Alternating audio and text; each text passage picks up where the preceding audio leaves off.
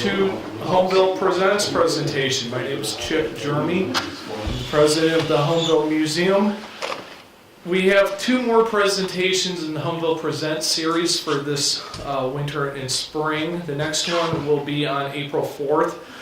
Bud Jeremy and myself will be doing a presentation called The Declaration of Independence, the rest of the story. For any of you who have come out to the Declaration reading that we do on the 4th in Homer, it will be a lot more of the backstory that we don't have time to tell about it.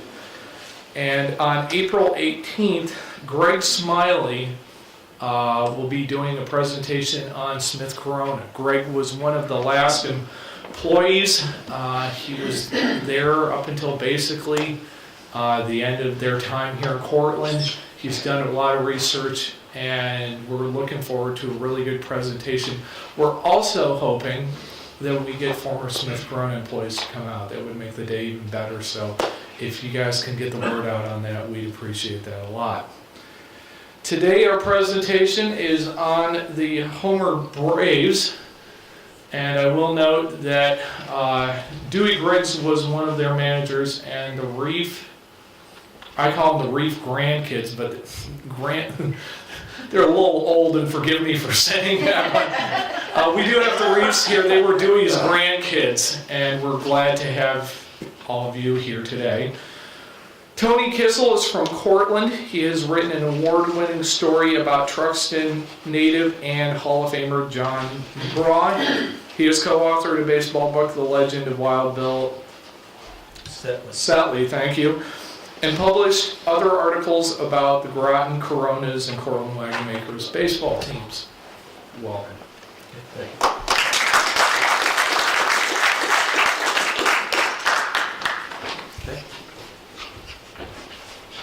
Thank everyone for coming today. And again, I'm going to probably have to lean on my notes, primarily because I'm going to be discussing 17 different baseball seasons. Not only the Homer Braves, but another team that was called the Homer Merchants.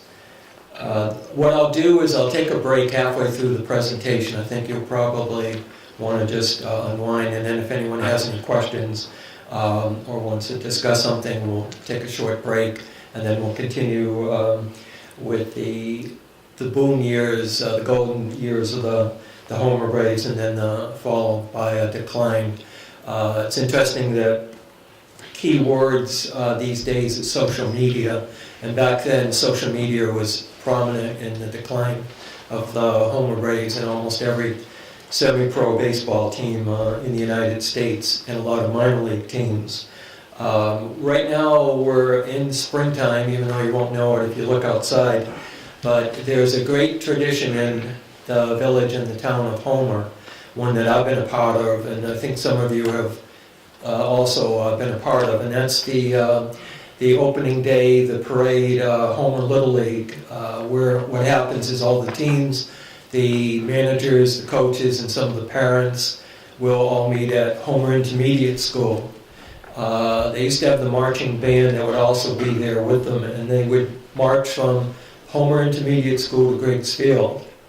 Once they all got to Griggs Field, there'd be a speech, often by a notable person. Somebody had something to do with either Homer or with baseball itself. And then there would be the first pitch thrown out, and you never knew who was going to throw out that first pitch. But it was an exciting time. When I used to coach my son in Little League, we used to march, and I'd see a lot of people who I knew didn't have children in the Little League, but they were there to watch us, and I often wondered. And then when I found out that there was a semi-pro team called the Homer Braves that played right there, right where we were playing, I'd often look around and wonder, how did you get guys 6'9" tall, throwing a 90-mile-an-hour fastball? How did you squeeze them in this little ballpark here?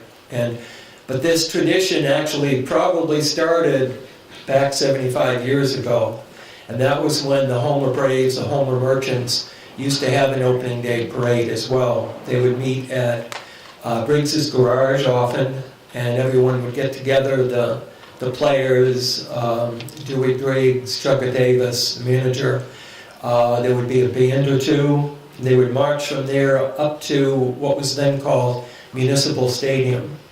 Typically, the mayor of Homer would make a speech. He would often throw out the first pitch. If they were playing against Cortland, the Cortland mayor would make a speech and throw out the first pitch. So if you can remember in your calendars, if we still don't have snow and if the fields are ready to go, May 2nd on a Saturday, I think it starts around 10 or 11, you'll see the Little Leaguers march to the field. And it's a tradition that hopefully will make more sense after today's presentation. The presentation begins in the year 1939. And that Sporting News or Time magazine, somebody said that that was the greatest year in baseball history. When you think about it, it was the 100th anniversary of baseball, supposedly, since Abner Doubleday supposedly invented it. So what happened was the Portland Standard, other newspapers would all do a history of baseball in their area. And the Portland Standard did one, and I'm sure people like Dewey Griggs and Homer, probably a light bulb went off and they thought, history, baseball, resurrected, maybe why don't we start a baseball team? They had a team called the Homer Red Wings. They didn't really have a good field, so they'd have to play in central New York. They'd have to go down to Pennsylvania to play. They had ragtag uniforms. They were really looking for some type of a backing. So what they did was they organized a backing with the local village, and everyone got together. They purchased a field on Hudson Street, which was named Municipal Stadium.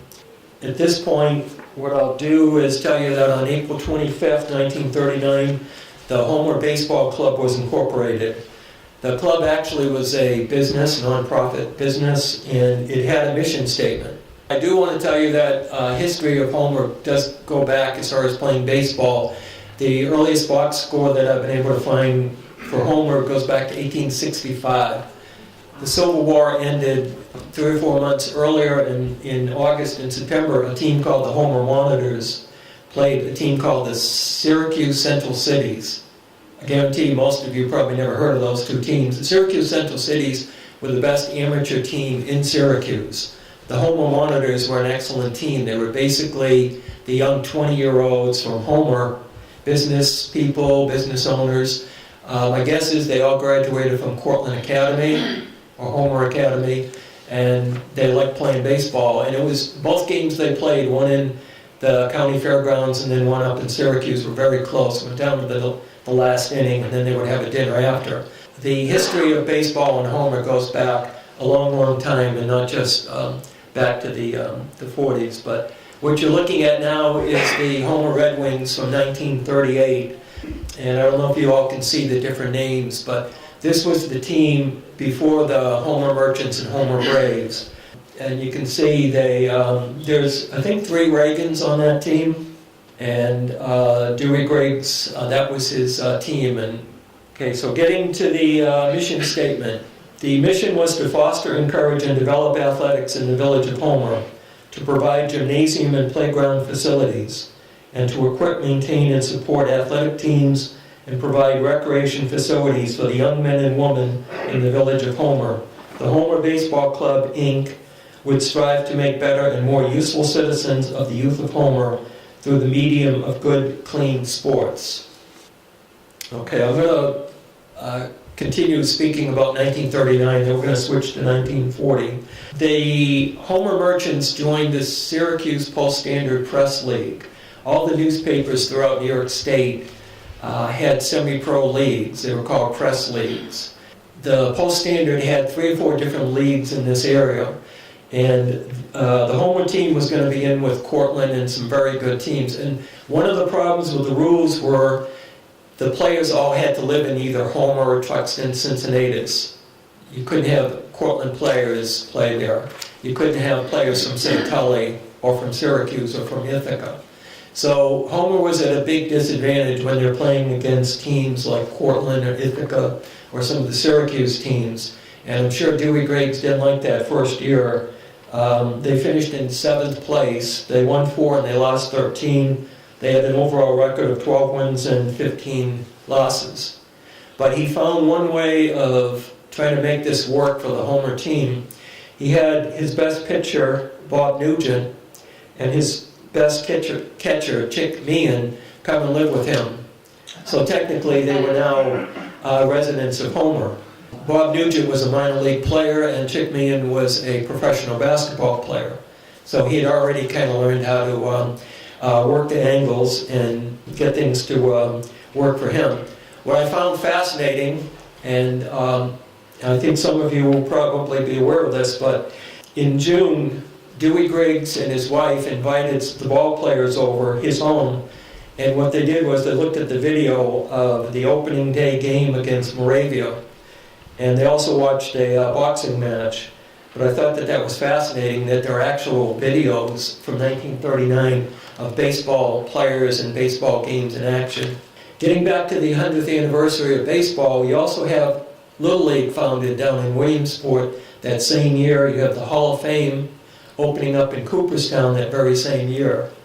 So there was a lot going on. You had television televising Major League Baseball games for the first time. You have radio covering all the Major League teams. And that was a big debate back then. Should radio cover the games? Would people go and watch a team, or would they just stay home and listen to it on the radio? Little did they realize that television was going to be the big competition for them. They thought radio was going to be it. When the season finished, Bob Springer from Cincinnati attended Homer, also was attending SUNY Cortland. He ended up with a 5-4 winning record that season. So he was the bright star. What's interesting about Bob Springer was he wore glasses as a pitcher. He was short. He was left-handed. And supposedly, according to one of the players, he had small hands, so he couldn't really throw a good curveball. But I guess athletically, Bob Springer's claim to fame was he was an All-American goalkeeper at SUNY Cortland. So here was a guy that played soccer at SUNY Cortland and baseball. And I think he also did a few other things there. But so he was with the team. And then to end that year, you've got World War II opening when Germany invaded Poland. So it was probably not the one year when you want to start a semi-pro baseball team. But they did anyways, even though World War II was right on the horizon. So now we come to 1940, and you can see this is the 1940 team. This team was known as the Homer Merchants. The Marine Midland Bank in Homer published a schedule and had this picture on the front of it. Unfortunately, it didn't have the names. I know some of these players, but unfortunately, a lot of these players look alike. And trying to match them up, I don't have all the names to the players. But I thought that was interesting. You already see the businesses in the area helping the team. There were 37 different businesses that put ads up on municipal stadiums' fence. And then, according to the Cortland Standard, there was a Name the Team contest early in the year. They were known as the Homer Merchants, but a lot of teams in the league were also known as the Merchants. The Auburn Merchants, the Tully Merchants. So they thought it's time to come up with a name. Anybody have any idea what the winning name was for 1940? Okay, I knew I'd stump you on something today. The winning name was the Red Sox. And if you look at some of the colored photos that they have outside, you see that there's a lot of photos with Red Sox, red jerseys, maybe a red cap. Unfortunately, this is New York Yankees territory. And the Red Sox nickname lasted the end of that year, and then in 1941 they went back to being the Homer Merchants. They actually had a contending team in 1940, and that's primarily because you have a minor league pitcher and a basketball player as your pitcher and your catcher. Bob Springer had another good season, 4-1 record. Joe Starr had a 389 average, and he was kind of a blessing for Homer because he originally was from Chicago. He came to New York State to play in the Can-Am League with Auburn. And I was kind of surprised. 3 or 4 weeks into the season, Joe Starr was the leading hitter in the Can-Am League. And you would think, well, this guy's going up to the majors, he's going to make a lot of money. But what happened was he had an injury. And right after he had the injury, a week later, he had another injury, he pulled his hamstring, and he couldn't play. The team was in last place, so they started getting rid of players. So Joe ended up with another team in the league, and then that team released him because he was injured. Next thing you know, he's on the Homer Merchants team, batting .389. Harold Reagan had a .317 average. The only teams that finished ahead of Homer that year were the Groton Coronas, the Cortland Moose, and the Marcellus Grays. This was the boom years for the Groton Coronas. They were the New York State semi-pro champions. They had several teams in the 30s, even going back to the 20s, that were terrific teams. The Groton Coronas and Homer would have a lot of contests, and I'll be coming to a famous game that some of you no doubt have heard about. So right now what we're looking at is you've got a team in a press league. They're not doing too good. We're in World War II, and so it's not too exciting so far. It's not anything like what the Homer Braves would be like. Okay, here's a photo of Fred Bud Briggs of Homer sliding into third in a game against Auburn.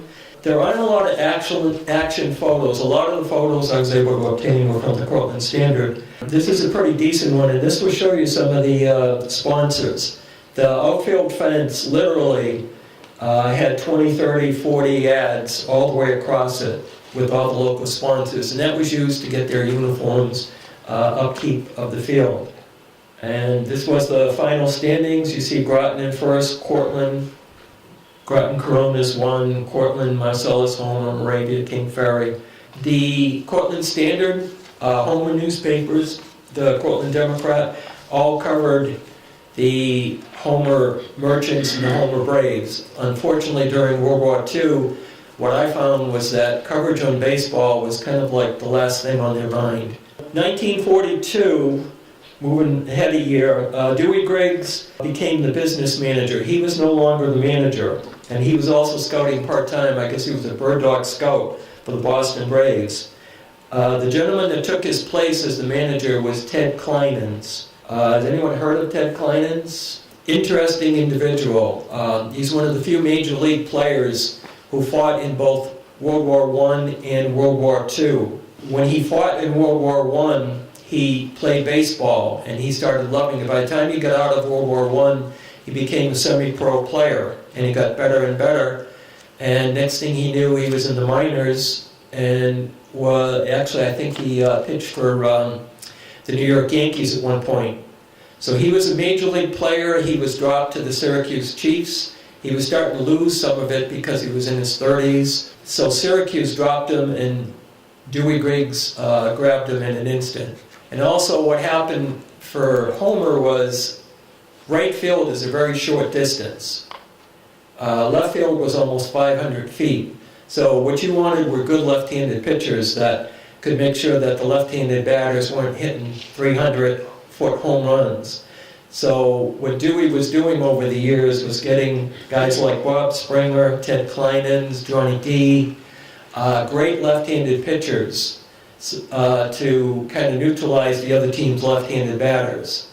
The Homer Merchants ended up in a tie with the Groton Coronas that year, and they had a 10-inning extra inning game, and Homer beat Groton to finish first place.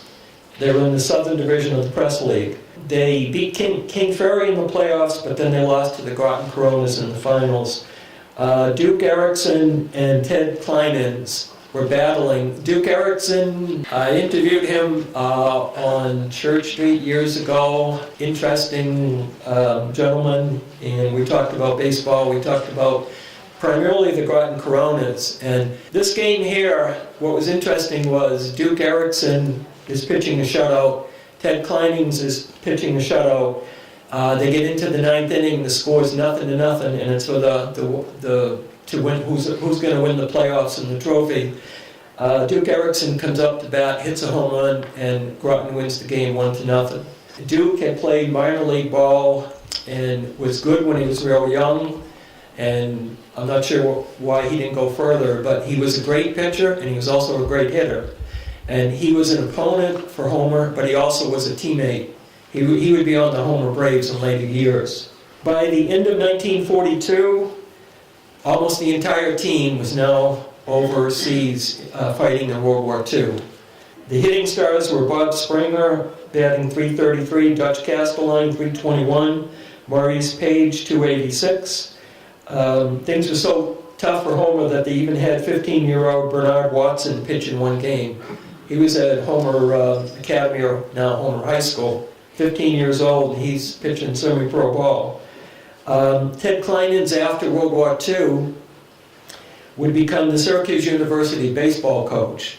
They actually had a baseball team there, and he brought his team to the College World Series. I think they lost in the semifinals after that, but so having him affiliated with the Homer Braves was a big plus. The team did well that year, and they paid $700 to the village of Homer towards the use of Municipal Stadium. Gas was rationed. There were all kinds of difficulties with World War II, so it wasn't easy to get around. Next, we're going to switch to 1943. This is the 1943 Homer Merchants team. The war was affecting everyone, and what happened was there was no more press league. The Syracuse press league, when it stopped, the teams were folding. The Groton Coronas folded. A lot of teams just, if you don't have any players, you can't really have a league. So what does Dewey Griggs do? You have to, the more you hear about what he did during this time, the more you kind of admire how one person who was a mailman, when he wasn't doing everything else, how he could persevere no matter what was happening, whether it was a war or something else. He started his own league, and it was called the Southern Tier League. He was president of the league, of course. What he did was he opened up the teams so that you didn't have to live in Homer or Cortland to be in that league. You could live anywhere.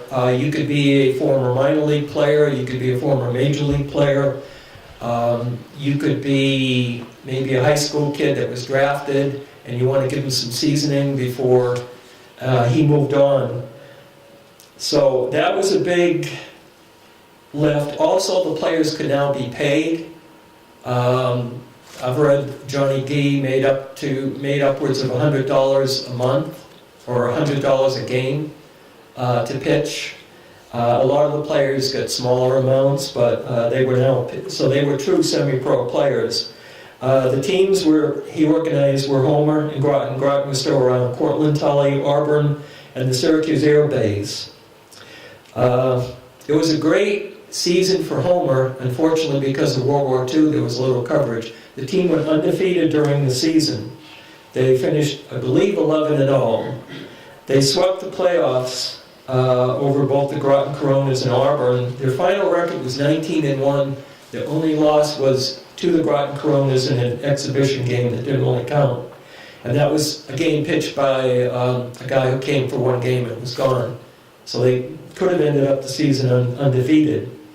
They did win 15 wins in a row, and the Cortland Standard, when they covered it, said there were 18 wins in a row. So it's possible there's a few games that just were never in the paper. If you ever want to look at some interesting things, look at the newspapers back in World War II. You'll see things that look like they were cut and pasted. The ink still is kind of wet. Things that just kind of wonder what was going on, but during the war, they were doing everything they could to get stories out, and most of the stories about individuals were about the soldiers overseas. When they got a letter from back home, that was put in the paper. That was the news for everyone to read. And also, there was a shortage of ink back then. Okay, now we're going to talk about the first person that I want to speak about, and that is Chugga Davis. Anybody know how he got the nickname Chugga? When he was coaching football at SUNY Cortland, keep in mind, he was from Missouri. If you're in New York State and someone from Missouri is talking, they sound like a southerner to you, even though it's technically not in the South. But so he had that southern accent, and the players were always commenting on that. He had this expression when they were practicing, "keep on a chugging." And one of the players one day, I guess maybe the sun was getting to him, so he started calling him Chugga. And so he was known as Chugga Davis for the rest of his career. And that was kind of good because on Homer, they had this gentleman, Carl Davis, and they also had another player later, also by the name of Carl Davis. And what they both had in common is they were both minor league players. Chugga Davis was actually a tremendous athlete before he became a coach and a manager. He was a four-sport star in high school. In college, he was a quarterback. He was a halfback. He played basketball. He was all-conference on his basketball team. When he went to graduate school at Springfield College in Massachusetts, he was the boxing champion in the 175-pound weight class. When he went to SUNY Cortland, what's interesting is he didn't just coach football. He was also the basketball coach, and he was also the baseball coach. And what's interesting is all three sports had winning records during his time. You'd have to say his love, it was either football or baseball. He was a shortstop in the minor leagues for 3 or 4 seasons. He was moving up the ladder. I forget which team signed him, but he had moved up from D-ball to B-ball. And as a shortstop, you know he was a good fielder and he was a good athlete. But at some point, he decided he wanted to be a college coach. I'm sure he didn't realize he wanted to be a college football coach, basketball coach, and baseball coach, but that's what SUNY Cortland had him do. So when he got out, he continued to play semi-pro baseball for the Cortland Moose. He was the player manager for the Cortland Moose for several years. And then when he came to Homer, Dewey Griggs said, well, it's time for me to back down. Chugga was the player manager, and he started with the Merchants of the Braves when he was 40. He didn't stop playing baseball until he was 50 years old. And what's interesting, when he was 50 years old, was he actually led the team in batting at the age of 50 by batting .417. One of his players, who couldn't be here today, Don Stager, said that when all the players were going out to the field in Municipal Stadium, if you're familiar with what Ozzie Smith would do, he would do like a back flip out to shortstop. When Chugga ran out to shortstop, he would do a back flip as well, and this is when he's in his 40s. And then, as if this wasn't enough, he also coached, he had a baseball camp for kids in Portland. He was a very busy individual, but when you think about it, this kind of worked to Homer's advantage. You had a major league scout, Dewey Griggs, who was great at spotting maybe high school talent, a great teenage player on a team. He was going all over New York State and Canada finding high school players. And then you had a college coach who was recruiting great football players and baseball players, but he was also, when his baseball team was playing other colleges, he was thinking, well, that player there, or that pitcher, he'd be a natural on the Homer team. So that was the beginning, sort of the beginnings of the great teams in Homer. At the end of the season, because they did so well, before I do that, Bob Springer had a record of 13-0. He was undefeated that season. He had 4 shutouts. John Milliman was 4-0. Chugga Davis hit 400. A couple of guys from Auburn.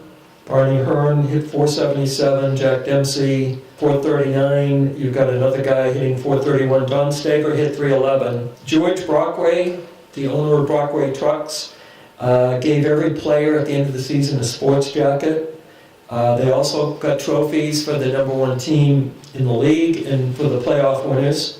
I believe some of the trophies are outside. There's a tradition where they would have a banquet in the fall. When the season got over, the players would come, there'd be a guest speaker or two, and they would give out gifts depending on how the season went. They went to the Hotel Cortland. It only drew 50 people. I think that's partly because of the war and gas rationing. If you only had so much gas each month, driving unnecessarily probably wasn't something that you could do. I mean, times were so different then. During the war, all the guest speakers at these banquets were always talking about how baseball was helping the servicemen and the people still here. Okay, after that season in February, the Syracuse Chiefs signed 2 Homer ball players in 1944. First one was Bob Springer as a pitcher, and then the other one was Don Stager as first base. They had spring training down in Plant City, Florida. Bob Springer was ineligible to fight in the war. Don Stager got down there, and his baseball career was interrupted because he got drafted. So Bob Springer went up to Syracuse.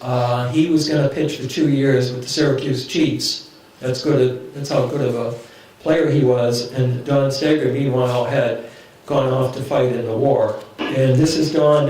Don would play for more than 10 seasons with the Homer Merchants and the Homer Braves. He had a 3-year minor league career, and what he told me was he couldn't hit the curveball. After he got out of World War II, he played primarily in the Midwest, and he said that they would often drive 200, 300, 400 miles for the next series. They would play 6 or 7 games a week. It was really hot out in the Midwest. And he said you could really tell one of the things that separated the men from the boys in the minor leagues was who would want to play 130, 140 games in those type of conditions. And so a lot of players gave it up. There was one great player for Homer, Andy Popek, who went to the minors and within a few weeks gave it up and said, I miss home, this isn't what I want, and came right back to Homer.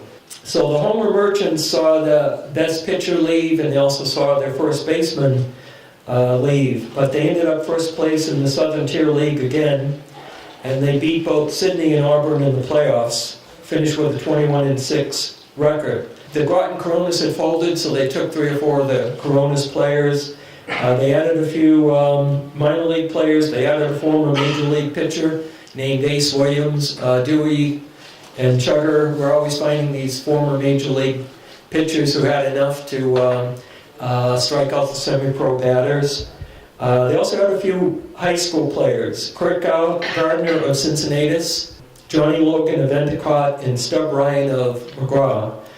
I think Aiden Ferris may have also played that year. A major league scout was at the ballpark in July and said that Johnny Logan was actually a better prospect than the shortstop of the Syracuse Chiefs. Syracuse Chiefs at the time were 1 step below the majors.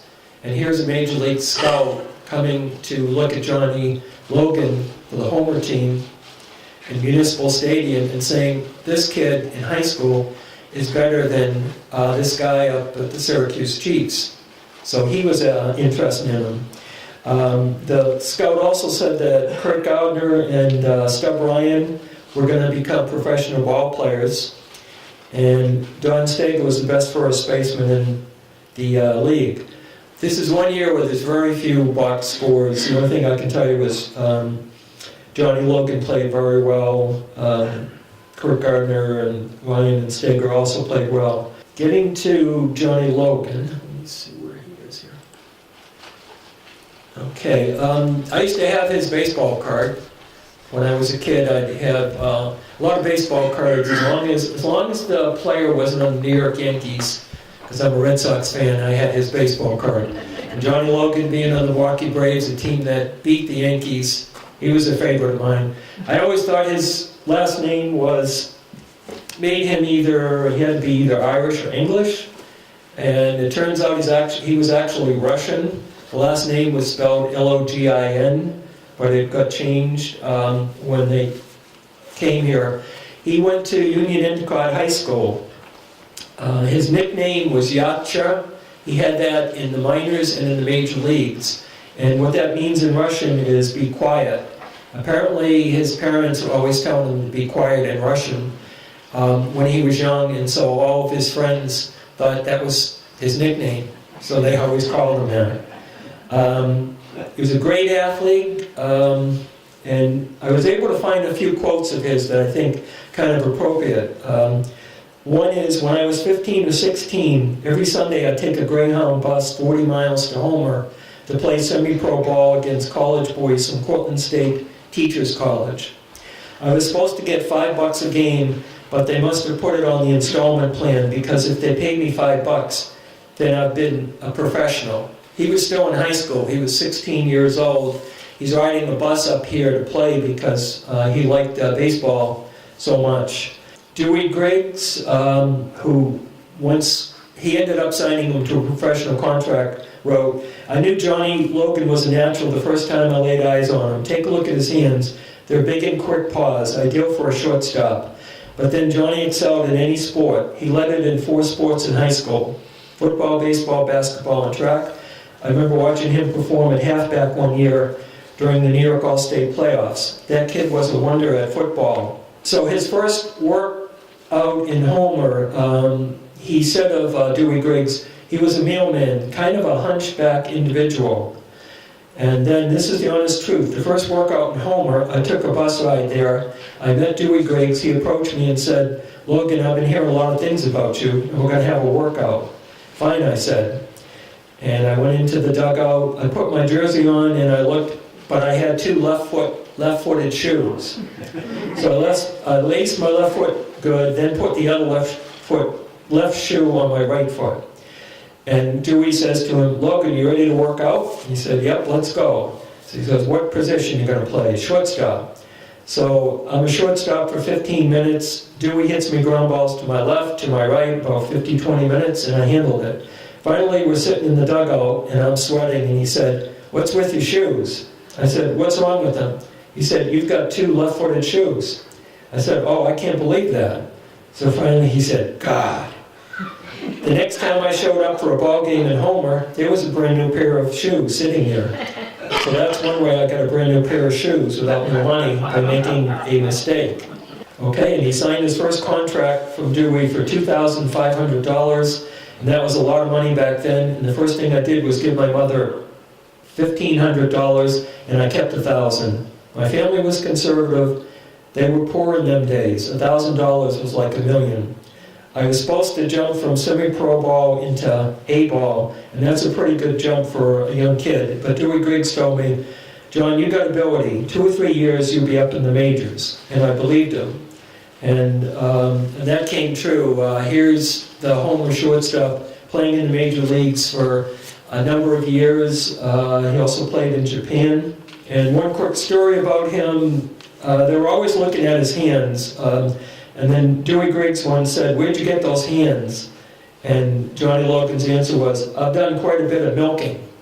So, I guess he had a sense of humor, and that's probably why they always told him to be quiet. Okay, this is the 1944 team, and you can see Dewey's now wearing a suit. You've got Chugga Davis in the top left. And when we take a break or at the end, if anyone wants to discuss any of the photos, that would be good too. So when they had their banquet that year in 1944, 150 guests were there. George Brockway paid for the banquet at the Hotel Cortland. The players were all given cash awards. And they also were discussing, back in 1944, how they wanted lights in the stadium. And they also wanted a new grandstand. 1945 was kind of a bad year for baseball. The war was going on. Homer lost the pennant to a team called the Syracuse Athletics. The Syracuse Athletics were basically a ringer team of professional players who were all in the service. They were all assigned to the Army Air Base. The 992 Guards. You've got future and former major leaguers for the Syracuse team, and you've got a whole bunch of minor league players. What they would do is they would assign the best ball players to the same unit, and all they did all week was practice baseball and play baseball. So Syracuse finished ahead of Homer. One of the pitchers that Homer faced was Jim Constanti in 1945, and 5 years later he was the most valuable player of the National League, and he was a great pitcher in 1945. Homer had a winning season, 18-9. Duke Erickson was one of the leading batters. Aiden Ferris of McGraw hit .353, which put him, he may have actually led the team that season. They had a banquet, and Dewey Griggs received a check for $100. He was now an official scout for the Boston Braves. Okay, so now we're going to switch to 1946. And then after that, we will take a break. 1946, the war is over. The previous year, there was a huge parade in Homer. Looking up baseball, it was kind of neat to see how World War II, how it ended and how it affected things. There were all kinds of bands. The parade started one end of Homer, went to the other, kept right on going, came back around, went back to the other end, came back. Everybody in Homer was there. There were all kinds of anti-German, anti-Japanese floats in that. It must have been really something. 1946, everything is focused now on baseball. There were now 8 teams in the league. The team spent $1,000 on steel bleachers. The capacity of Municipal Stadium was now 2,500 people. And they had a dance to raise money. They still didn't have uniforms. They were still known as the Homer Merchants. The admission price for games was raised to 60 cents. They had buses run from Cortland to Homer so that Cortland fans could go to the park. They also had 4 players from Colgate University: Bob Wood, Steve Cusack, Hank Paleckis, and Warren Randolph. Bob Wood I ran into in New York City. He was the son of Smokey Joe Wood, Red Sox pitcher, who was a legend. Bob Wood, we were going to a New York Mets game back when I belonged to Sabre. It was a Sabre convention. So riding the subway, and he was talking, he asked me where I was from. I said, Cortland. He said, I used to play for a team there somewhere. Because I don't remember the year, but it was a small little team. I think it was in a semi-pro league. And the way he said it, it was kind of like, well, you know, I used to do my laundry there. But it turns out he was a college baseball player, the son of a 30-game winner in the major leagues. The other player, Steve Cusack, supposedly was as good as Johnny Logan. He would also play Major League Ball. He was a shortstop. He had an automobile accident and supposedly it ruined his career. He has a perfect batting average in the majors. He got up to bat once in the majors. Weather was really bad that day. They were trying to get the game over. He had a double. It was the only game he ever played in the majors. This gentleman here is Carlton Tarbell, who ended up being the athletic director at Homer. And then here is Joe Starr. This is Francis Kiley. I believe that's Francis Kiley. He ended up going to Notre Dame. Jack Tuthill. He played for SUNY Cortland. He ended up becoming the tournament director of the PGA golf. He was a great athlete. He's usually one of the leading batters for Homer, so he probably could have played professionally in baseball. Fricano, this is Mario Fricano. I don't know how good of a pitcher he was for SUNY Cortland, but he was a very good pitcher for Homer. He was signed by Pittsburgh. Dewey Griggs lost out to Pittsburgh. He ended up pitching in the major leagues. He's one of, I think it's 2 or 3 SUNY Cortland baseball players who would go on to play in the major leagues. Okay, this is Steve Cusack. Again, terrific hitter, great shortstop. Below, I haven't mentioned Charlie Fitzgerald. He was the son-in-law of Dewey Griggs with the Homer Academy. He played minor league ball for a number of years, and Don Steger had mentioned that Johnny Logan once told him, or he heard Johnny Logan saying that of all the second basemen he played with in his entire career, Charlie Fitzgerald was the best fielding second baseman. So that says something about Charlie. He wasn't the greatest of hitters, but he was a tremendous fielder. Joe Petrella, he was the captain a number of years. He would be the manager if Chucker was called away. Good hitter. And then you have Jack Tuthill. Hank Paleckis, what's interesting about this gentleman, what I found fascinating about a lot of the college players is they didn't just play baseball in college, they also played other sports. Hank Paleckis played college hockey, which wouldn't be that exciting, except Colgate was undefeated that year in hockey. Hank Paleckis was their star defensive man. So it's only natural, having played defense in hockey, that he would be the catcher. He was one of 4 brothers. They were sports stars from, I think it's Eastern New York State. He and his brother, one of his brothers, were Marines. His other brother died in World War II, and I think he was wounded. Mel Alice, I had got a call from somebody who's related to Mel, but he was a local person, a local guy that played on the team from time to time. He had tough competition. I mean, he had minor league catchers coming that he had to compete against. So he did a good job, but a lot of times, I mean, he was just, out-competed. The big thing that year was the lights. Municipal Stadium had lights. They finally had the lights, but it wasn't until, I think it was August, when they finally got the lights installed. There was a shortage of parts and there was a strike. First game, August 2nd, drew 1,100 fans. And you can see there were 10 lights built, and you can see this is down the left field line, and this is down the right field line. This is from behind first base. You can see the fans there. Hudson Street is right behind here. You can see a house right there. This really opened up the stadium and the Homer Baseball Club. So instead of just playing on weekends in the afternoons, they could now play weeknights. They didn't play weekend nights. So instead of playing maybe 2 games a week, they could now play 4 or 5. They could start drawing great teams to come to Homer. They also had their stands, 2,500 people, was similar to what a lot of minor league stadiums had back then. So that was good. And then here's another picture behind home plate. You can see it. The lighting isn't the greatest, but you can also see how close right field was. And then here's another one. This group of young boys here, I think, were either Homer varsity baseball players or Homer JV players, that they were there. Grandstands here. There were box seats there. George Brockway had his own key to the box seats there. And they also had ball boys. The ball boys would get paid to go get the ball if it was a foul ball. This takes me back to where I am right now.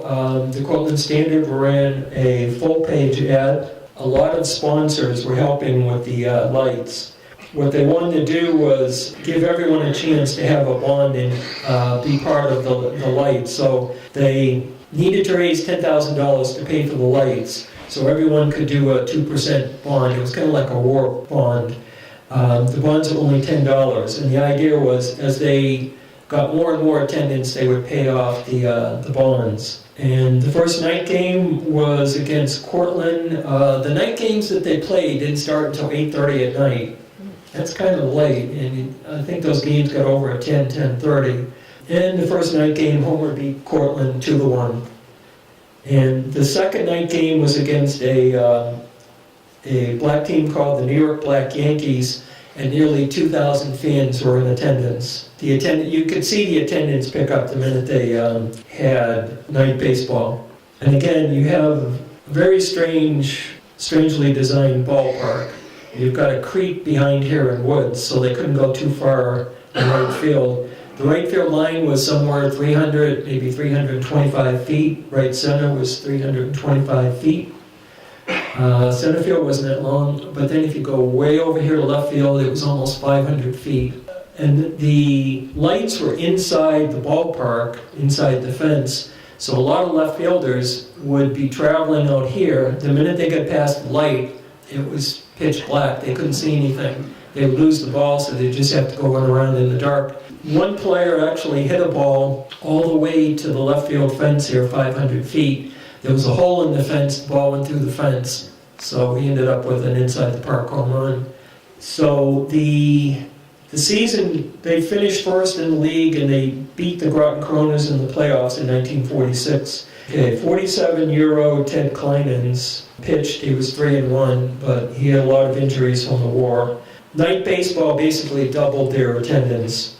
In the banquet in October at the Cortland Country Club, a Boston Braves rep showed up, and he told them that his team was going to provide uniforms in 1947, and the Boston Braves were going to come to Homer to play the Homer Braves in an exhibition game. And the club was able to pay off $1,000 of the bonds, and all the players got bonuses too. And here's another picture of the park. There was a baseball school as well that 75 boys participated in, and a Boston Braves scout was there, and you can see the different coaches for the baseball school. And before we stop for a break, one of the players who couldn't be here today is Carol Anstad. He said it was kind of funny, Chucker Davis, being from the South, could never pronounce his last name, Anstad. He said he was always butchering it, had no idea what it was. But what he said was he caught a lot for Johnny Gee, and Johnny Gee had a temper. He was either mad at either the batter or the umpire. In one game, Johnny Gee was pitching a no-hitter, and one of the players on the opposing team bunted the ball. It was one of the black teams from the Negro League. And the minute he bunted the ball, Johnny looked at the player and yelled at him, hollered at him as he went to first base, because that broke up his no-hitter. And Carol Anstad, the catcher, kind of knew that that was going to be a problem. So on the bench, he told him, you just got to forget about that, just pitch. He goes, no, wait till that guy gets up again, I'm going to plunk him, I'm going to hit him. The batter gets up again the second time, the catcher goes right out to Johnny and says, no, you can't do that, you're going to get thrown out of the game, we need you, don't hit him, do it. And so Johnny realized, well, you're probably right, so he didn't hit him. What's interesting about Carol Anstad is after his baseball career, he ended up being a successful businessman. He put $100,000 of his own money into improving the Olean Little League. And it's one of the powerhouse Little Leagues in New York State. Back when my son was in Little League, I remember Olean was always making the playoffs, but he took his money and he did that. But he used to tell me that they didn't wear helmets, and the pitchers were kind of mean back then. Johnny Gee, 6'9", with a fastball. He said a lot of times it looked like Johnny Gee was just like right at the plate by the time you get through throwing the pitch. And he got beaten one time against a Negro League team, and his wife was in the stands, and he didn't have a helmet. He said he turned his head and the ball hit him right on the temple. He said that's the worst place you can get hit by baseball. So he wanted to be brave and be macho because his wife was there.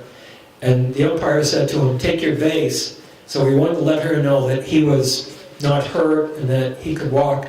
And so he turned around and he walked right into the fence behind home plate because he couldn't see. He was all messed up. And he said to this day, he's, I think in his late 80s or 90s, he's always had eye problems ever since then.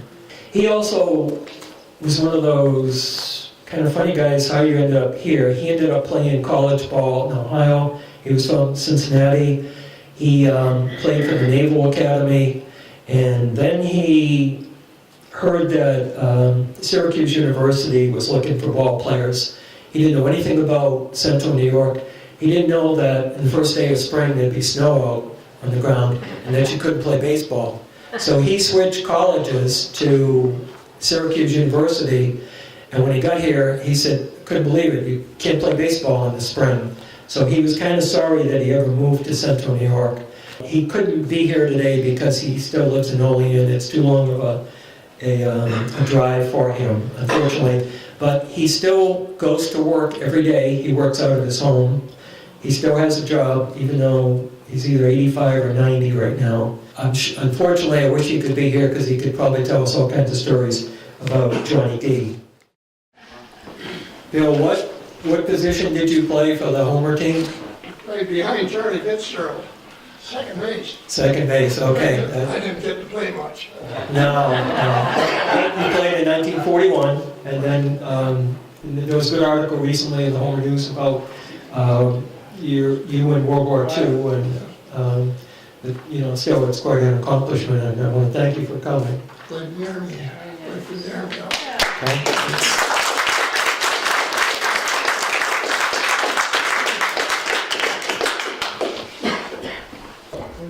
Okay, so we're going to start the second half. These are going to probably be the years that everyone's more familiar with, the Homer Braves seasons. We've got a ballpark with lights. They can play night games. They can play war games. World War II's over. Everyone's focused more on baseball again. So we're going to go to the year 1947, and they actually had a meeting in January to announce that the Homer Merchants team was now called the Homer Braves. I don't think they had much choice in the matter. They were actually affiliated with the Boston Braves. Back then they had, every major league team had minor league teams that were affiliated with them, but they also had semi-pro teams. And the semi-pro teams were basically feeder teams where they would get young ball players and get them into the semi-pro league and then feed them and report and let the Boston Braves know that here's some pretty good players that you might want to think about. The Braves had already told that their intention was to come and do an exhibition game at Homer Municipal Stadium. The Boston Braves would play, I believe, the Homer Braves. And Dewey Griggs was frantic. He's running all over Homer, trying to figure out how he could get seats so that they could have 5,000 people to watch this game, because he knew that's about what it would take after what happened when Truxton played against the New York Giants. He knew that it would be an overflow crowd, so he spent a lot of time worrying about that. I don't know whatever happened. There's never anything in the paper. The Braves never came. I guess it was just one of those ideas that just never got off the ground. The pitching coach for the Homer Braves was going to be Ted Kleinitz, former Major League pitcher. They also were after the Homer School District. I find this interesting because of what's going on at Homer High School right now. They wanted the Homer Central School to build a 2,000-seat indoor gym at the new high school in Homer. They wanted that for sports, and they were hoping that they would get it built in a year or two. So here we are, just now getting around to building that new gym in Homer High School. The Boston Braves sent them 20 old uniforms. There's one old uniform out there. I think it's number 52 or number 53. I don't know who the player is. So what they did was they took some of their former uniforms, they sent them to the Braves. And this was great because that was like free uniforms. They didn't have to do a fundraiser, and it wouldn't cost them a lot of money. They had big plans that year, 40 home games. Half of the games were going to be on weeknights. The season got off kind of slow. It was cold, rainy, a lot of rain, not a lot of snow like here, but probably not much better than it is outside today. The big difference this year was a lot of the Negro League teams were coming to Homer. They were coming up north. They would play against various semi-pro teams. The Cortland Standard would advertise these teams and these games, and you can see it here, see them Sunday night. The New York Black Yankees, they're going to play the league-leading Homer Braves Sunday night, 8:30 on June 3rd. They would try to always have a ball player or two in the photo, particularly somebody that was doing really well. And this is a gentleman that was leading the Negro League in hitting in 1947. Okay, here's one of the players that came, Minnie Minoso, and I believe it was Jerry Dexter who told me that the story of the game when he came to Homer was, he was the leadoff batter. I think he was 19 years old. And he has a very Latin type name, Orestes something, Minasa. And the play-by-play announcer butchered his name when he got up to bat to lead off the game. And Minnie kind of looked back at him and gave him kind of a smile. And Minnie had a game that the announcer would probably never forget. He ended up with 4 hits and a home run, and he helped his team win the game. He came back a few other times. Minnie Minoso just passed away recently, I think in the last few months. And a lot of people were saying he should have been in the Baseball Hall of Fame, that a lot of his years in the Negro Leagues kind of denied him that opportunity. He was a great player in the 50s in the major leagues. Other teams that they played, including Negro teams, were the Brooklyn Royal Giants, the New York Cubans, the Chicago Americans, and the Philadelphia Eagles. One of the other players that came to Cortland, wasn't in 1947, but it was right after that, was Willie Mays. He hit a home run off of Johnny Gee. His team beat Homer 3-0. And Willie, I think, ended up scoring 2 of the runs that day. Johnny Gee held the team to only 3 runs that day. During the season, they finished in second place behind the Sydney Cardinals. They had a playoff and it went 7 games. They're in the 7th game of the playoff to decide who was going to win. And in the bottom of the 10th inning, Sydney got a player on third base with 1 out. That was the winning run. That was going to win the playoffs for Sydney. So Homer decided to intentionally walk a batter, and then intentionally walk another batter to load the bases. But the idea was if you had bases loaded, any ball hit, they could maybe get the runner, there'd be a force play, they could get a runner out at the plate, or they could get runners out at third or second. It worked perfectly. The batter hit a ground ball. The Homer fielder threw it to second to get the second out. The fielder from Homer threw it to first, but the runner just beat it and Sydney won the playoffs. So that was quite a way to lose the playoffs in the 10th inning against the Sydney Cardinals. You may have read something by Jerry Dexter about the great battles between Johnny Gee and Ken Chase of Sydney. Ken Chase that year defeated Homer 6 times. Homer only lost 13 games all season, and Ken Chase beat him 6 times. And incredible pitcher. He had scoreless strings against Homer, like 20, 25 innings at a time where Homer couldn't get a run against him. The final record for Homer in 1947 was 38-13. Bob Springer had a record of 7-1. Bob Springer, when he went to Syracuse, he broke his ankle at second base and was never the same pitcher after that. He just couldn't throw off the ankle. But he was one of the best pitchers that Homer ever had. He won 46 games for the Homer team. Other pitchers were Ernie Ryan from the Groton Coronas. He was 6-1.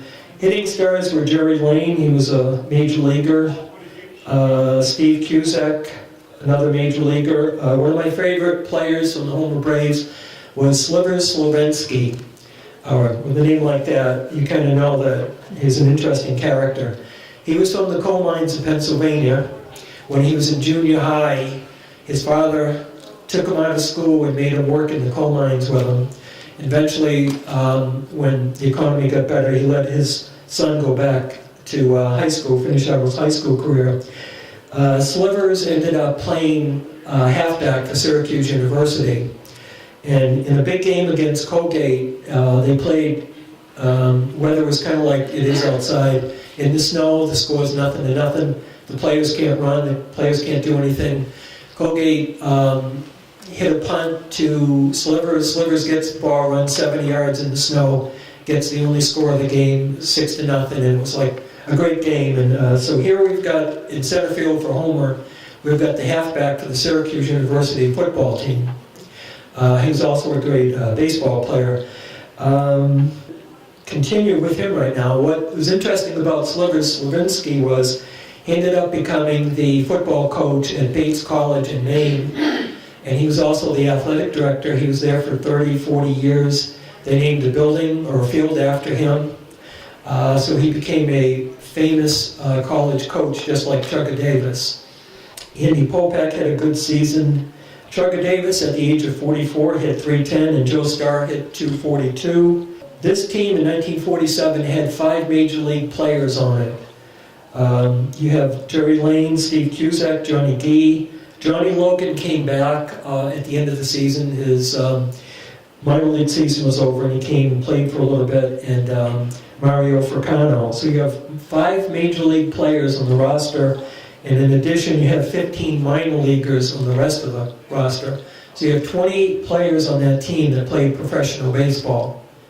It's incredible, and with a record of 38-13, it was an amazing team. Unfortunately, Sydney had a former major league pitcher that could stop them.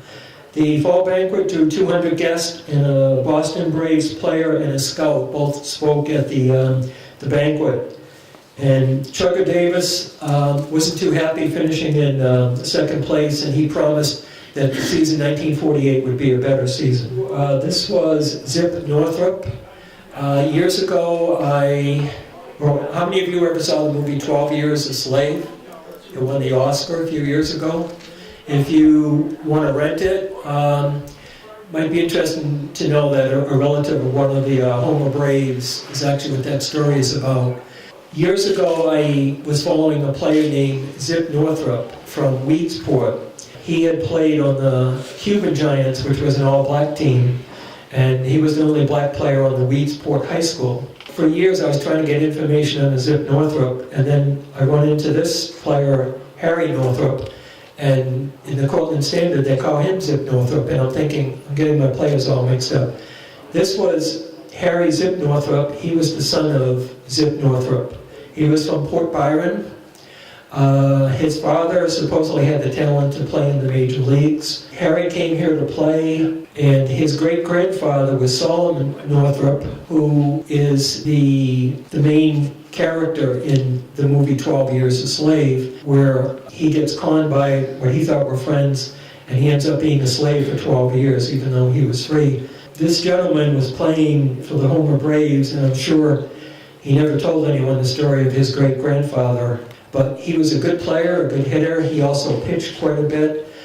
He was the first black player on the Homer Braves, and this is right after Jackie Robinson was playing in the major leagues, and some of the other teams were getting black players now that they were allowed to play professional baseball. Okay, the Cortland Standard noted that a game in 1948 made the papers in Italy. I don't know if it was Jerry Dexter or someone gave me a copy of this. This is actually the copy from the scorebook.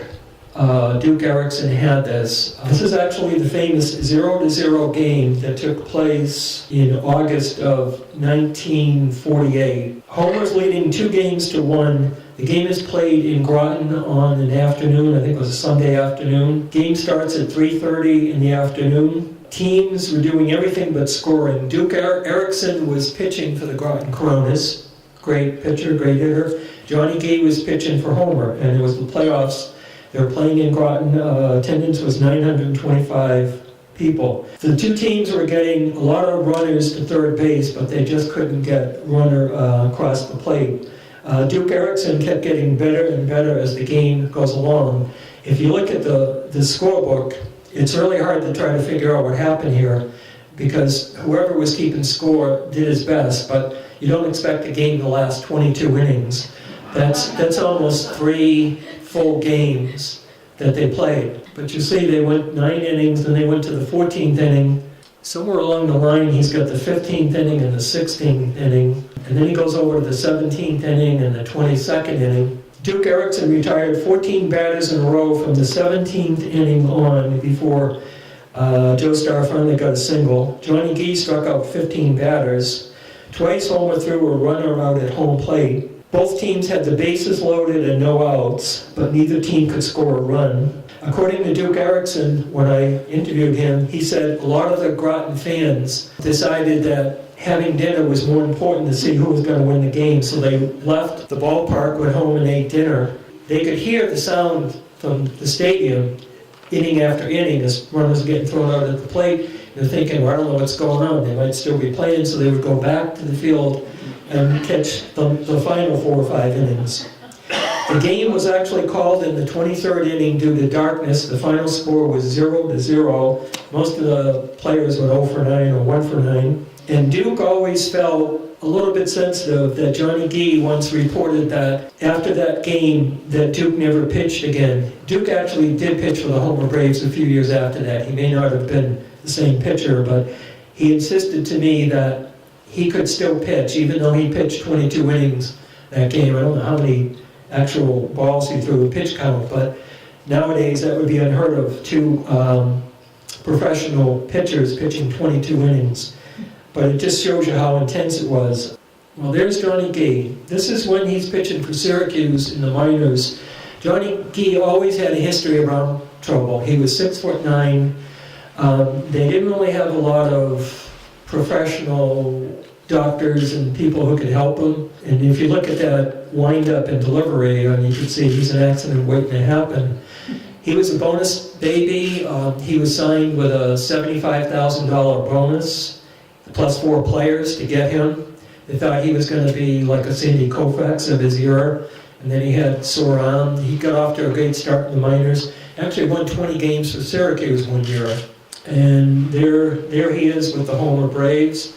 And when Carol Anstead, the catcher, said he was intimidating because by the time he got through letting go of the ball, it almost felt like his front hand was like right at home plate. He was so big.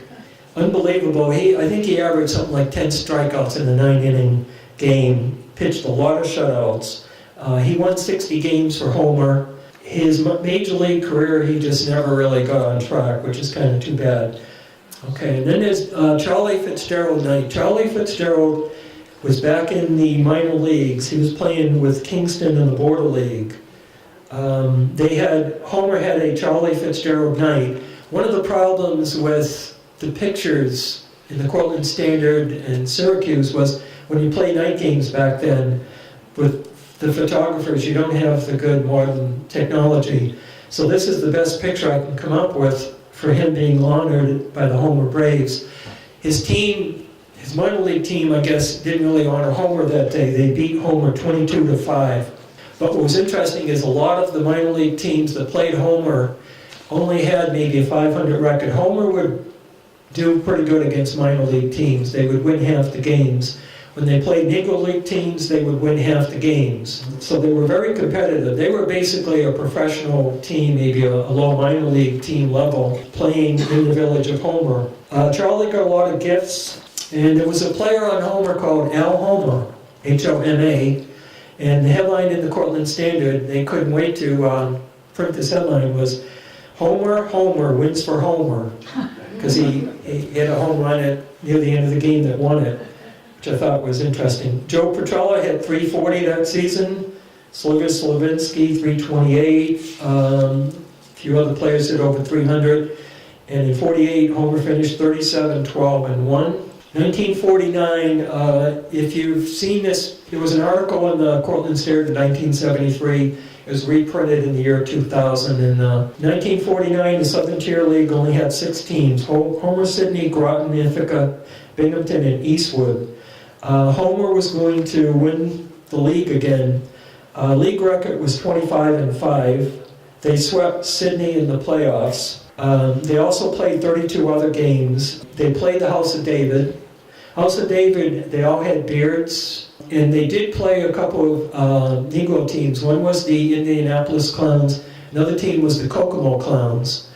The Kokomo Clowns basically were a barnstorming comedy act, and they were there for a fundraiser and to have fun. The base coaches would just do a routine. Everything was gags. They would pull the pants down of the runners. They would do all kinds of funny things. This was the highlight of the Homer Braves. This season, they ended up with a record of 49 wins and 20 losses. They played 69 games. Their attendance in Homer in 53 home games was 26,149 fans. Willie Mays came to Homer. That was the game that I mentioned where he homered off Johnny Gee, and then he scored 2 of the 3 runs. Johnny Gee finished the season with a 16-5 record. He had 233 strikeouts. So here's a guy pitching for Homer that really belonged in either the minors, maybe not the majors. He pitched in 198 innings. There was a teenager named Bob Trowbridge. He was 5-0 with Homer. He was right out of high school. Dewey signed him to a Boston Braves contract. They had a former major leaguer, Billy Gates, pitching, another pitcher. They also had one pitcher named Al Salerno. When I was a kid growing up in the American League, one of the American League umpires, I believe he was in the American League, was Al Salerno. This is the same gentleman. He was a pitcher for Homer, and later he's an umpire in the major leagues.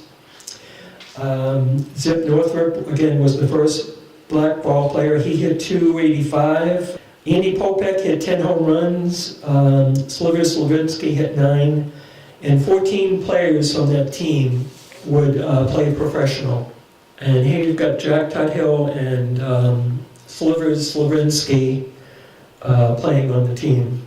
Okay, now when you switch to 1950, it's amazing how television was changing everything in America. Every week in America back then, 100,000 new TV sets were being sold. So if you worked for a Sears or local appliance dealer, I mean, you were making all kinds of money because everybody in America wanted to buy a TV set. And it didn't even matter what kind of TV set. In 1950, there were 10 million TV sets in America, and 6 million were tuned into Milton Berle's Texaco Star Theater, and 4 million were tuned into Gillette's Cavalcade of Sports. Just to give you an idea of how quickly things were changing, the Cortland Standard back in the late 30s, when Homer first had a team, they would print the radio shows for that night, and you'd check it to see what was on the radio. By this time in the late 40s and early 50s, now, they didn't print the radio shows, they were printing the TV shows. So, I mean, that caught my eye when I saw that. Radio shows now, TV shows. The baseball club installed 12 sections of box seats. Each box was literally a box, and there were 4 seats inside it, so they could get 48 people in them. They got out to a late start in 1950, and then they won 13 games before they lost to Groton. On May 16th, SUNY Cortland was playing their games at Municipal Stadium. SUNY Cortland was playing St. Lawrence, and one of the players was Alvian Alstein for St. Lawrence. If you've ever heard of Mel Ott, I'm not sure if he's in the Hall of Fame or not, but he was a New York Giants player. He was a scout. He was actually at Municipal Stadium to watch a college player play against SUNY Cortland. I thought that was interesting. And here we finally get to, there was a baseball camp at Randall Field. 88 boys attended. I was hoping that Ed Purser would be here because he's one of the players in this group here. So now you have Chugga Davis coaching 3 sports in college. He also coached golf at some point too, 4th sport. He's the player manager for a semi-pro team. And now in the summer he also has a summer baseball clinic for the boys in, I believe this was Cortland. Homer would have their own baseball camps as well. So it's interesting, some of the names here. Some of the names that I recognize were Ed Purser, Phil Natoli, Joe Masterpaul, and Jim Rose. So that was from 1950. Homer finished first place again, 17-3 record. They beat Sydney in the playoffs, and then they beat Rome. Final game on September 24th, 165 fans came out to Municipal Stadium for the final game of the playoffs. And the reason was because it was snowing out. So Homer beat Rome, and it was another year where they finished in first place and they won the playoffs. They had a record of 32-14. Johnny Gee was 13-4 with 6 shutouts. A SUNY Cortland pitcher, Fred Kreutzer, was 12-3, and he immediately was signed to a pro contract by Dewey Griggs. Andy Popek had a 30-game hitting streak. A couple of other batters batted high 300s, 400s. In addition to the Homer Braves, they also had, Cortland would sometimes play, Tully would use the field, SUNY Cortland. They also had boxing. They also had wrestling as well. So there were other sports and other activities, and it's interesting when you look at the admission and the different players. I wasn't able to get a wrestling one, but when I was a kid, some of the famous wrestlers were Yukon Eric, Haystack Calhoun, Killer Kowalski. Does anyone remember any of them? Gorgeous George, thank you. They actually wrestled at Homer Municipal Stadium back then in the 50s. 1951, the league folded, the Southern Tier League. Dewey Griggs, with his job with the Boston Braves, later the Milwaukee Braves, I mean, he couldn't really keep track of everything. They couldn't get a lot of teams. A lot of teams were feeling the effects of television. They were going out of business, so if you don't have any teams, you can't have a league. So they had to be an independent league, and what you'll find in the early 50s is baseball was never the same. They weren't in the league, they didn't have any Groton or Cortland or Ithaca opponents to play against.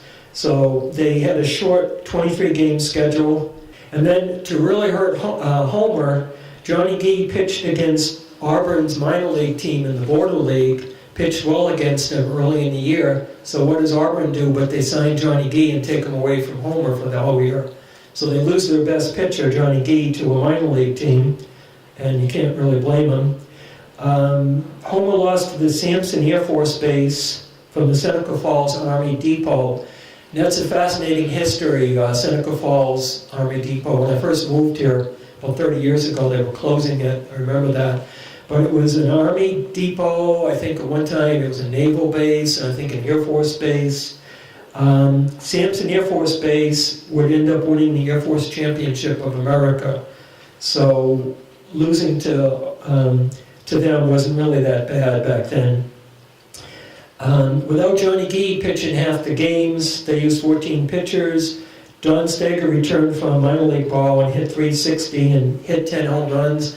This had to have been kind of a cup of tea for him. Having played minor league ball for 3 years, all of a sudden he's now in a semi-pro league. The fence in right field is only 300 feet away, so all he has to do is pull the ball and he'll keep getting home runs. So he would be one of their stars in the rest of the 50s, Don. And then Andy Popek hit 400. There was a newcomer who helped lead the way, and that was John West Covington. I think you may have seen his picture outside. He was a high school black ball player from North Carolina. He got a knee injury, so he wasn't going to continue with his football career. And in February of 1951, in spring training, Covington went to the Boston Braves rookie camp. He just wanted to get a tryout. And all of the scouts and all of the Boston Braves looked him over and said, this guy, he can't do it, he can't field. He can hit a little bit, but he can't field. Dewey saw the potential in him if somebody could coach him and teach him how to field. And he walked over to Covington in Florida and said to him, if things don't work out with this tryout right now, and once you get out of high school, you come up to Homer, New York. I'm sure you never heard of Homer, New York. And what I'll do is I will get you a job, and I'll give you a place to live, and you can play semi-pro baseball, and then we'll see what we can do for you. So Wes Covington remembered that.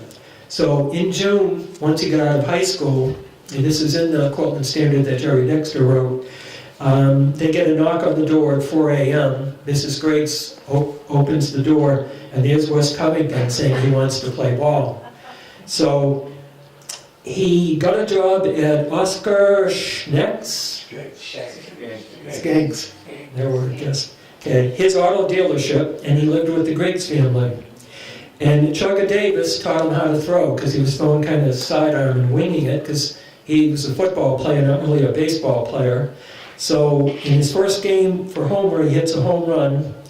And in 19 games with the Homer Braves, Wes hits .478 with 7 home runs.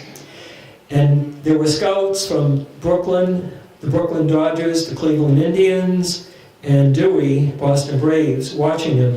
Dewey realized he wasn't going to lose this player a second time, so he immediately signed him to a contract with the Boston Braves. He didn't wait for like a confirmation from Boston. What's interesting is Homer was run so well as a semi-pro team. It had a great ballpark.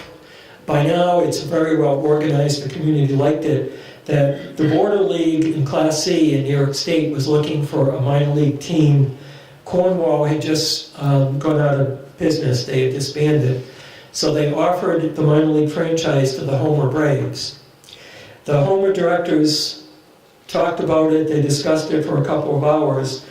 One of the drawbacks would be once they became a minor league franchise, the players would all have to be from outside of Cortland County. It couldn't be any local players.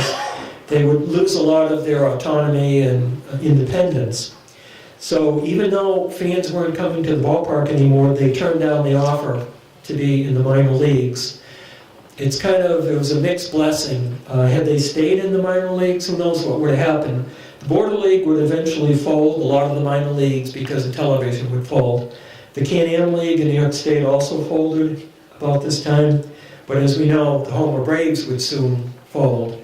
So it was kind of one of those things where maybe they should have taken the minor league deal and tried to work something out, but we'll never know. Okay, 1952, Chuck Davis was still coaching. He's now 49 years old. Dewey was out signing players. One of the players he signed was Hank Aaron. In one of Aaron's books, I've been trying to get in touch with Hank Aaron. He's not the easiest person to get in touch with. What happened was the owner of the Indianapolis Clowns needed money. So he wrote a letter to the farm director of the Boston Braves, and he said he had a couple of good players. We have an 18-year-old shortstop on the Clowns. He bats cleanup for us. So they got a hold of Dewey and said, we want you to go out to Buffalo, see this shortstop of the Indianapolis Clowns. Dewey went out there. Indianapolis is playing the Kansas City Monarchs, a famous black team, and they were playing a doubleheader. And according to Dewey, he said that this kid had 7 for 9 doubleheader. He hit 1 home run over the left field fence, and he hit 1 home run over the right field fence.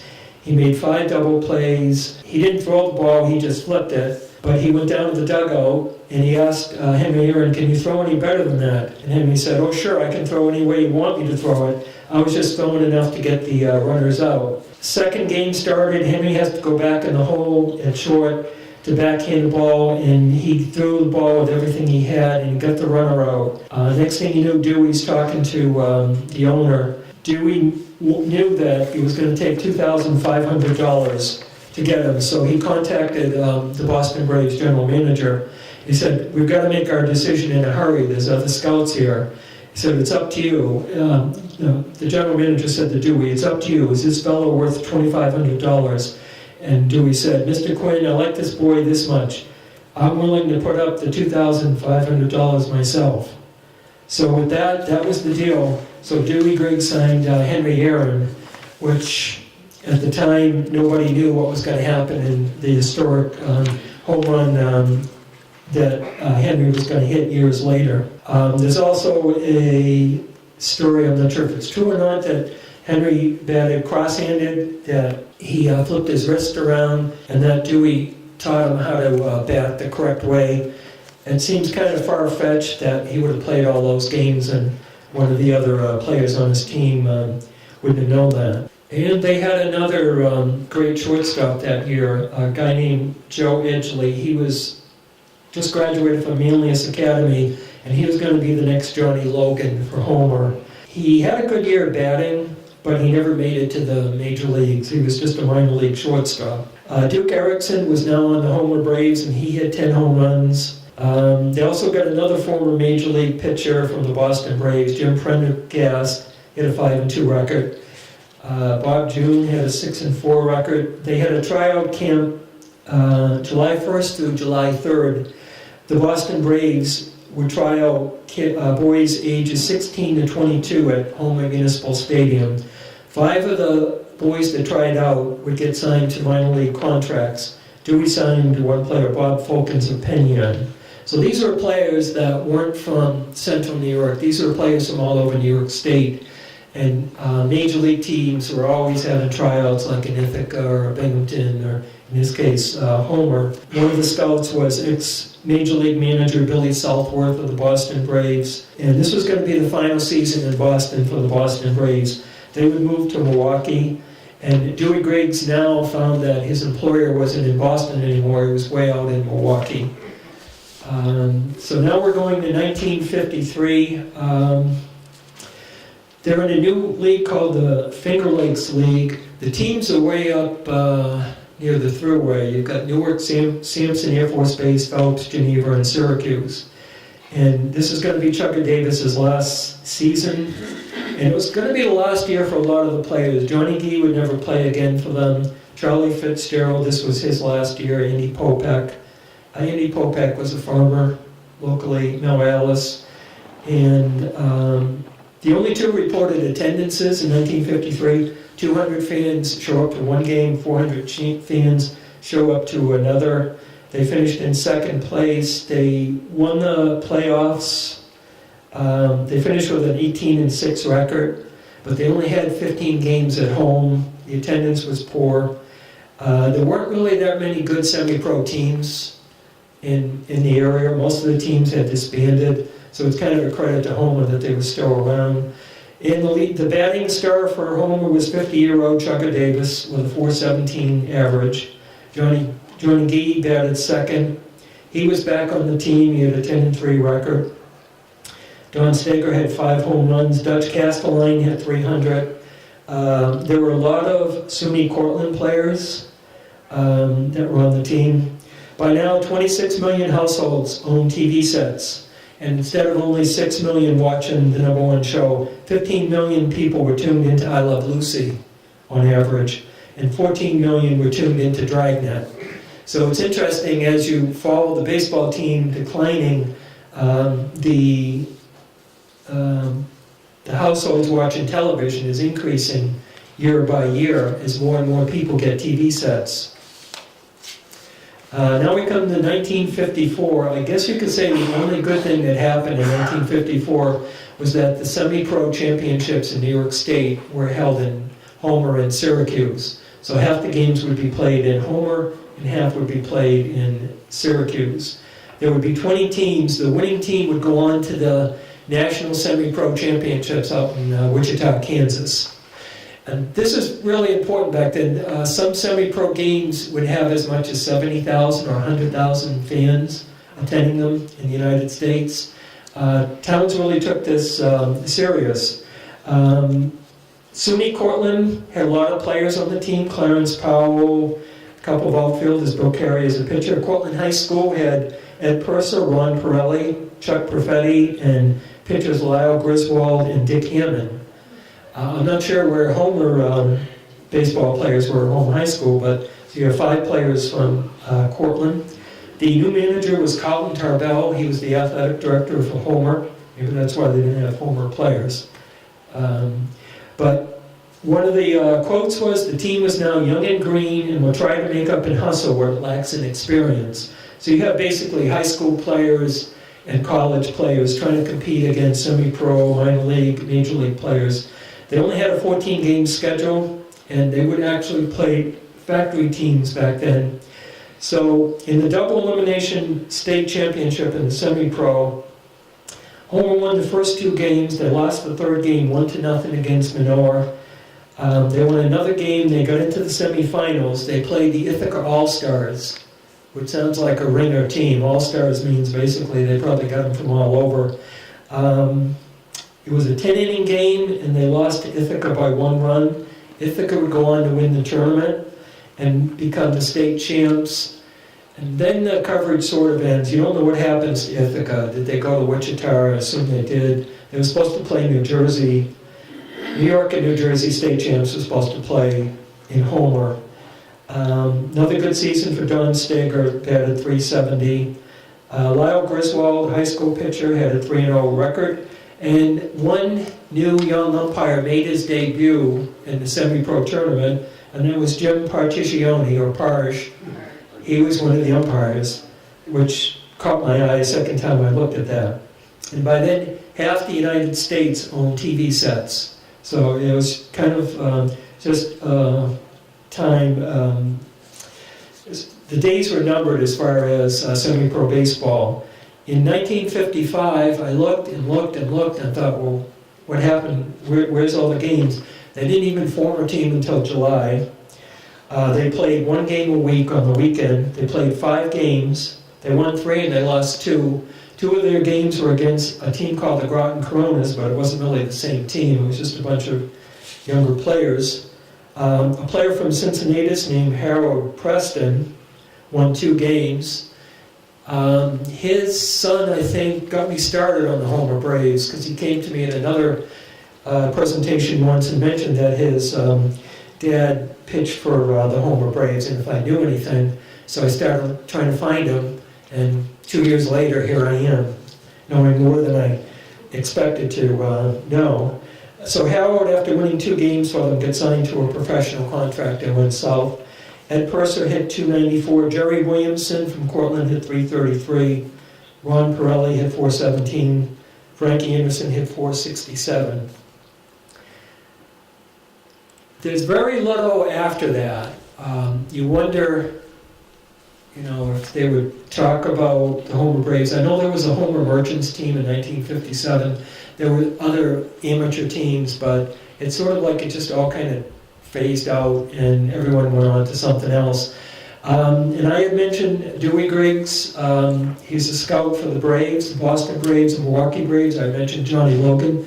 This is Johnny Logan's picture when he was on I believe that's the Milwaukee Braves with the M. He had a 10 or 12 season career with the Braves. He was an all-star shortstop.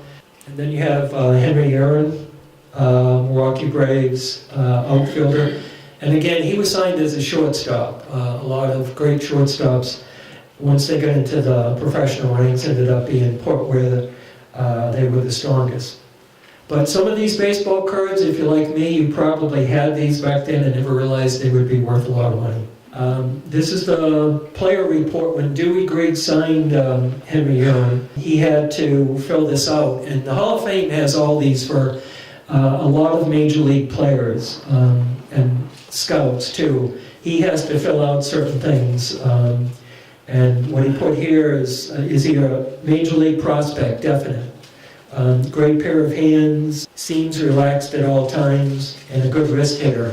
One thing about Henry Aaron, I think he's always been known as having great wrist, quick hitter. Okay, and then that's John West Covington. I used to have this baseball card years ago. He was a great hitter. He helped them in the World Series in 1957. Bob Trowbridge, he was signed as a high school player by Dewey Griggs. He wasn't one of the best Milwaukee Braves pitchers, but Dewey, you could say, had a pretty good influence on that Milwaukee Braves World Series winning team. He signed 4 of the players that all contributed, so he was considered one of the top major league scouts in America. I mean, if you signed 4 of the World Series winners, you're doing something right, because every team had dozens of scouts, not just 1 or 2. At the last second before this, I thought, well, this is pretty good. 1957 World Series champions, Milwaukee Braves. They beat the New York Yankees. I think they were in the World Series for 2 years. Dewey Griggs the players voted him a World Series ring, which they didn't have to do. It would be more money for them, but he received that. And I know some people here know that there's memorabilia from the World Series. And here's another player report, Juan Marichal. He was one of my favorite players. I just love his delivery. He was a great pitcher too, and Dewey is another one. I don't know if he actually signed him because Juan Marichal played for the Giants. But it'll give you an idea of what his job was involved. He had to type these out and submit them on all kinds of players, not just the players that made the major leagues. I've got a list here, I don't know if I put them on there, but he would sign 5 or 6 players every year, and a lot of his players would make the majors, but there were a lot of them that just played minor league ball, got hurt for whatever reason, and never continued. Johnny Antonelli was another one that Dewey Griggs signed. He may have signed Tom Barati, who I think was a local player, but I'm not sure. And this is a free handout if anyone wants it. It took me some time to try to get a sense of what happened, but what's interesting is that half the years the team was known as the Homer Merchants and then became the Homer Braves, and that Chugga Davis basically was their manager for 10 seasons. So to kind of finish where we started earlier, depending on the weather this spring, every opening day for Homer Little League, the Homer players will meet at the Homer Intermediate. A band may accompany them. They will go down to Griggs Field. When I used to coach Little League in Griggs Field, I'd kind of look around and try to picture these games. It's really hard when you've got a Little League field with fences right behind your back to try to picture how did grown men, professional players, play in that little place. You have the driveway, and then you have the woods, and then you have like a little brook behind there. I remember when I was coaching, all the little kids were always down in the brook. Baseballs were always down there, but once they went down there, it would take 15 minutes to get them back up. They would just disappear. I don't know why they liked it. It was kind of funny, but so that's a tradition. So it's kind of nice that baseball is still being played there, and a lot of young players play there. And I'll just add that one of the players that I coached and played with my son is now playing for SUNY Binghamton. Actually played in the College World Series last year, and this year he's a senior. His last name is Blandon, and hopefully he'll have a good season, but they play a lot of games. So he's a product of that little league, and there's been numerous other college players and junior college players that have come from that league. We don't have a major leaguer from that league. The league's never won the district championships. They've got some difficult competition down south of here. So I guess that's where we're going to finish. And does anyone have any questions?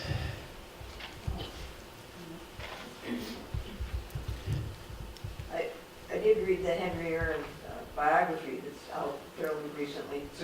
It's a really great read. And he did want, he wanted Henry.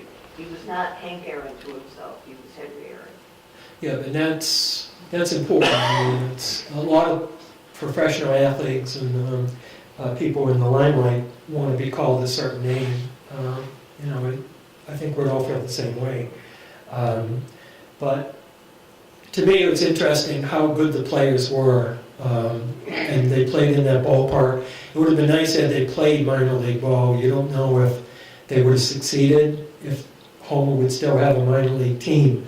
But they were drawing attendance equal to what a lot of minor league teams were drawing back then. So even though it was only 4,000 or 5,000 fans. And I'd also add that I have a small 2-page write-up that I did on the 1900 Cortland Wagon Makers. That was a team that probably could have beat the Homer Braves. They were a minor league team. They played near where Meldrum Field is right now. They had a lot of professional ball players. Their shortstop's name was Grid Conroy, who was as good as Johnny Logan. They had 2 20-game winning pitchers. They were in the Sporting News. They won 70 games. That's an interesting time, back when Cortland had a minor league, because baseball was more popular than it is now. And if you were a minor leaguer back then, you were making a lot of money, and everybody wanted to be a professional player. Also, I have some books that I wrote. Researching the Cortland team, I ran across a player called Bill Sutley, and this is kind of fun reading. It's maybe a good present for Father's Day or Grandfather's Day. He was a minor league pitcher. He came to Cortland when he pitched for Utica. He pitched all over the country. He was a storyteller. He also loved to be interviewed by reporters because he would tell them all kinds of tall tales. Like he was in the major leagues, he was here, he was there, he played ball down in Cuba, he did this, and none of it was true, but they would report it. What I liked about his career was he pitched for 10 years and did all kinds of wacky things. He invented the potato trick that was copied a couple of years ago in Williamsport. What he did was he put a potato in his uniform, and as the pitcher, he would throw to first base, and then he and the first baseman would signal, and out come the potato into his glove, and then he would overthrow first base with the potato, and then the runner at first would run to second, and then he would throw the ball to second, and they would tag the runner out. And he invented that, and that was one of his claims to fame. And then, as if his pitching career wasn't interesting enough, he was a minor league umpire back when they used to throw bottles, beer bottles and soda bottles at the umpires. He was actually knocked unconscious during one game. The player threw a baseball from the door to here, hit him in the temple and knocked him out, and he had to go to the hospital. And he tells stories about how some of the fans in the Texas League with guns, a batter would hit a pop-up, a fly ball up in the air, and all the fans would take out their guns and shoot at it, trying to hit the ball.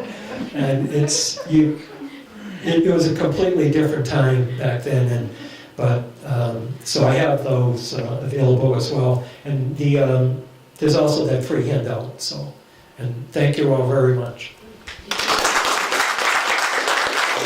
Here, I don't know why the weather is bothering them this winter at the age of 90. But, okay. I don't even know if this is gonna work, but I'm gonna take that, that'll make it a little bit easier. Was in Truxton, near John McGraw's statue. He lives right across the street from Hartnett Elementary School. And his dad... This is a big problem, because I see it every once in a while, a few weeks, and a couple of weeks before I got hurt, I pulled a muscle in the calf of my leg, and I was just getting better. Okay, this is Don Stager. In an interview a couple of years ago, he was kind enough to give me some time. He's very low-key about being a professional ball player and his years with the Homer Braves. He was their best hitter almost all the time. I could hit a curveball if I knew it was coming. He's a good minor league player too. But what happened was when he raised a family, he said it's either a family or a professional ball, and he chose his family. I met Major Dean. He said, well, I've got to admit, you can play ball. So Yeah, I would think. And then, when I came home on the boat, he was coming home on the same boat that I was on. So I didn't have any bad memories of the service at all. You know, I was raised on a farm and used to work 6 days a week and 7 days a week. And the service, we only worked 5 days and half a day on Saturday. It's the biggest vacation I ever had, you know? No problem. And he keeps saying the difference between him and the other minor league players. He worked 6 or 7 days. A lot of them just couldn't handle minor league ball because of their upbringing. What's the best advice a coach ever gave you? The best advice any coach ever gave me, I got from George Butts in high school. That's something. He said, I don't care how many mistakes you make, but I want 100% effort.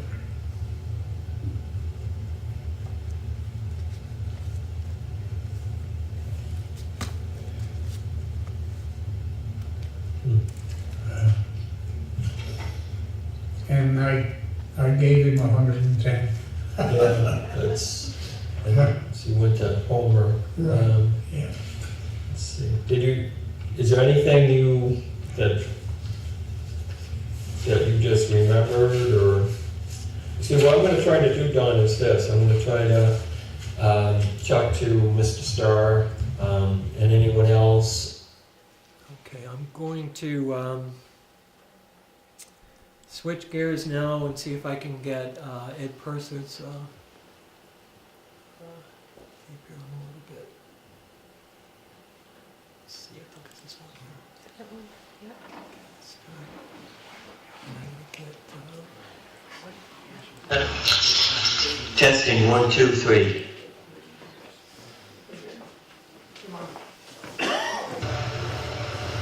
Practices we had on the old athletic field up at the main building at Cortland State with various ball players that were with the Homer or this is Ed Purser, who played when he was in high school for the Homer Braves. Everybody would pitch and hit and, you know, just in general. He was an attorney after. Chuck Davis, there's 2 Kyle Davises that played for the Homer Braves, but... Right, the other one's from all around Waterloo area. Yeah. That's a school teacher, very nice man too. Yeah, now he was a vet boy, but he was there. Okay, so you were a bat boy for the Homer Braves when you were 11 or 12, so that was like 47, 48? I guess that's what it would have been, yeah. Something like that. Yeah. And Chuck Davis, the year before you played, in 53, played for the Braves, and I think he hit over 400. And he was almost 50 years old. I'm trying to get his biography information because he came from the Midwest. Right. He was a college track star. Springfield, Missouri. Yeah, and but he played off and on, but at the age of almost 50, he's playing on home Braves, and you're 16 the next year. He went through batting practice, and we'd have batting practice. He could still hit the ball pretty good. I remember when he was in his 50s, Yeah. because he was still around doing that, but 50 Yeah. years old. He was in Yeah. excellent shape, physical shape. Excellent. Yeah, the college, and I'm going to give you some information here since you've been kind enough to. This is out of the Portland Standard, but I'm going to try to see if the Portland Standard is willing to part with some of their photos. But that's 54. Okay, and those are just a couple of brief clips from their interviews. I tried to pick things that would be interesting. And John unfortunately couldn't be here again because of the weather. He's been ill this spring, and Ed, maybe the same thing, but they both played for the Homer Braves. Ed was interesting interviewing Ed Purser. He was a great college basketball player for SUNY Buffalo State. And that was really his passion. He was more of a basketball player than a baseball player. But he remembers that time as if it was yesterday, and he came to the Homer Braves at the very end when it wasn't really the same team. But when he was a bat boy, he was probably around all that. So I wonder if he ever knew if someday he would be playing on that. But again, there's a few things you can look at, or if you have any questions. Also, if you have any memorabilia or if you know of any of the players that are still living, little by little, I'm starting to realize there are a few more players still around that, unfortunately, they don't live in Cortland County, and I have no way of knowing, that they're still alive, that, may be able to get some more information from.